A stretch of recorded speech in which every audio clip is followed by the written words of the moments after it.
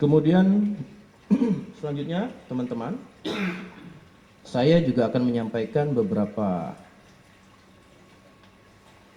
data, ya. Tentunya data yang akan sampaikan adalah data per periode sejak tanggal 19 sampai dengan 26 Juli yang kemarin terkait dengan situasi Kamtipmas.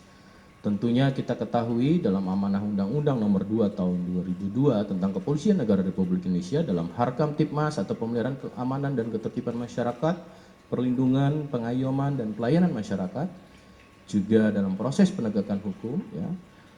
Yang pertama, Polri telah melakukan pengungkapan kasus tindak pidana selama periode 19 sampai dengan 26 Juli kemarin, Jumat, ya.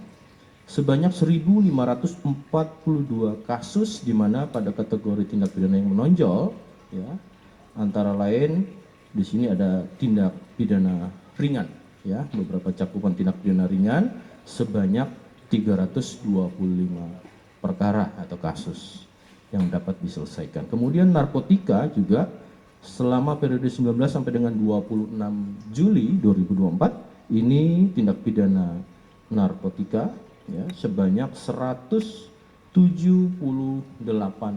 perkara atau kasus. Terkait dengan kasus perjudian, ya, tindak pidana perjudian, ini juga baik online maupun konvensional, ini beberapa sebanyak diselesaikan, ya, yaitu 17 perkara atau kasus. Sedangkan tindak pidana perdagangan orang, kita ketahui minggu yang lalu, ya, Barreskrim Polri juga salah satunya sudah mengungkap. Ini ada 4 kasus dengan Mabes Polri dan seluruh jajaran. Adapun pengungkapan yang telah dilakukan, tentunya kami akan menyampaikan salah satu atau beberapa contoh terkait dengan tindak pidana narkoba yang pertama. Ini ada 3 kasus, ya. Dengan total 4 tersangka telah diamankan dan total barang bukti berupa sabu sebanyak 713 kg, kemudian ekstasi sebanyak 144.906 butir, sedangkan jenis pada narkoba ganja ini sebanyak 100 kg selama periode tadi kami sampaikan. Kemudian tembakau sintetis sebanyak 1,2 ton, PCC sebanyak 1.215.000 butir, dan obat keras sebanyak 1.024.000. Berdasarkan pengungkapan tersebut, Polri telah berhasil menyelamatkan 52.834.600 jiwa. Ya, tentunya ini adalah pekerjaan yang kolaboratif dan juga atas partisipasi seluruh stakeholder termasuk elemen masyarakat dan lingkungan masyarakat setempat. Kedua, dengan tindak pidana perjudian online, ini ada 1 kasus kemarin sudah disampaikan dengan sindikatnya adalah sindikat jaringan internasional, ya. Pengungkapan kasus tindak pidana perjudian online dan pornografi, sindikat jaringan Taiwan, dengan total 8 orang tersangka yang telah diamankan, yang mana perputaran uang pada sindikat judi internasional tersebut mencapai 500 miliar rupiah dalam kurun waktu 3 bulan. Kemarin sudah dilakukan press conference dan ini merupakan bagian dari beberapa kasus yang tadi bisa kita selesaikan. Tindak pidana perdagangan orang, ya, ini ada 1 kasus pengungkapan kasus TPPO dengan modus membawa warga negara Indonesia ke luar negeri, yaitu negara Australia, di mana kerjasama Polri dengan AFP untuk dieksploitasi secara seksual. Dengan total 2 orang tersangka yang telah diamankan, adapun jumlah warga negara Indonesia yang telah direkrut oleh pelaku dan diberangkatkan untuk dipekerjakan sebagai pekerja seks komersial atau PSK di Australia kurang lebih sebanyak 50 orang dan tersangka mendapatkan keuntungan sekitar 500 juta rupiah. Kemarin juga sudah disampaikan, ini beberapa kasus menonjol yang perlu kami sampaikan. Yang keempat adalah ungkap kasus yang menjadi perhatian publik atau masyarakat, ada 3 kasus dengan total 15 tersangka yang telah diamankan, terdiri dari, ya, yaitu ke-1 pengungkapan kasus tindak pidana fidusia dan atau penipuan dan atau penggelapan dan atau penadahan kendaraan bermotor jaringan internasional dengan 7 tersangka.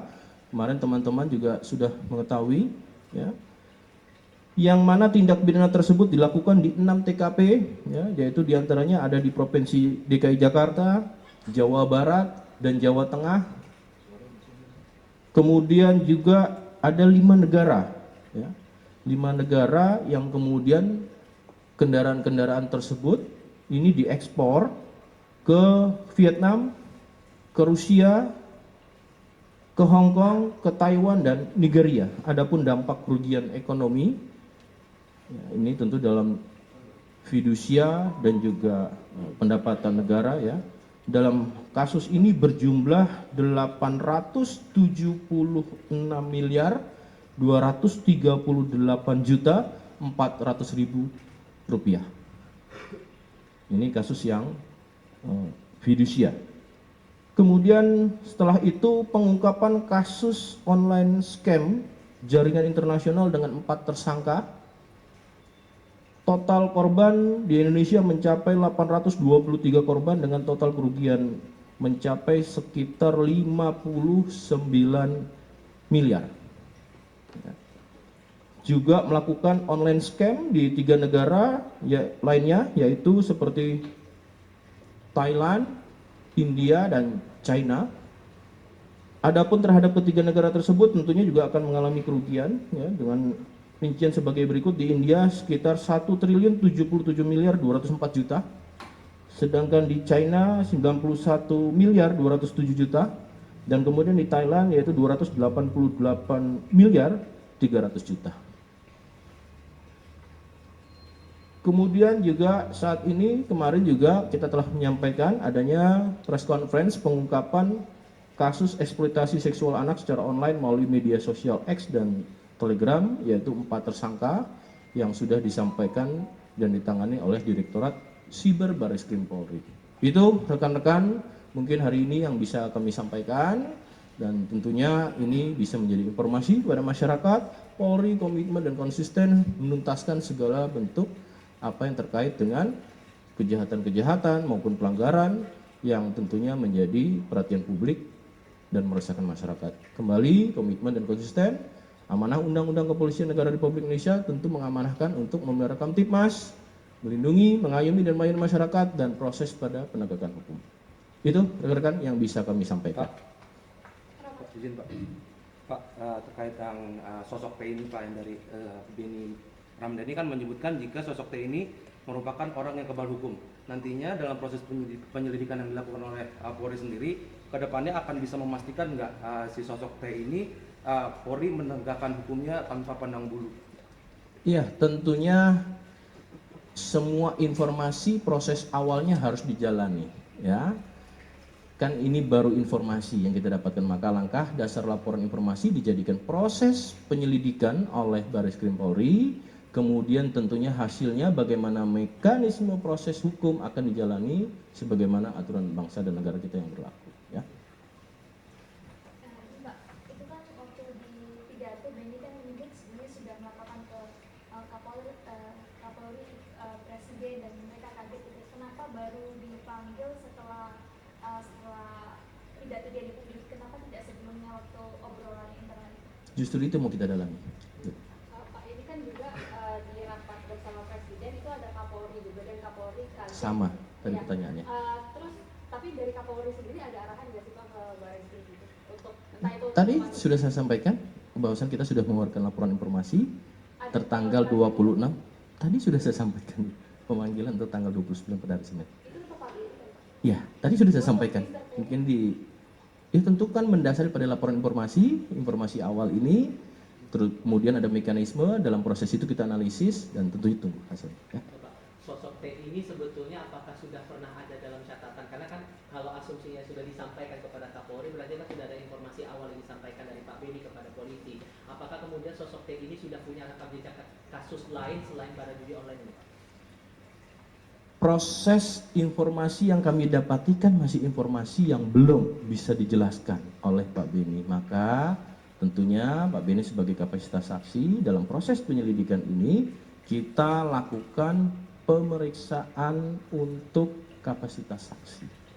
Jadi saya paham teman-teman sudah banyak mungkin bergulir informasi, tunggu hasilnya ya. Proses ini kan baru akan berlangsung. Senin akan kita lakukan pemanggilan pada tanggal 29 Juli 2024. Tentunya hasilnya nanti kita akan sampaikan untuk lebih lanjut ya. Oke. Tapi Pak, kalau memang Kapolri sudah tahu sebelumnya, kenapa baru memerintahkan tadi penyelidikan? Itu kan pertanyaan Mbak atau pernyataan. Yang lain ya? Yang lain ya? Cukup? Soal yang lain dulu. Enggak, cukup. Yang ini dulu konteksnya. Cukup? Cukup ya rekan-rekan. Terima kasih atas perhatiannya pada dua hal ini. Yakin bahwasanya komitmen dan konsisten Polri untuk menuntaskan segala bentuk kejahatan dengan secara tuntas, dengan cermat dan tentu prosedural.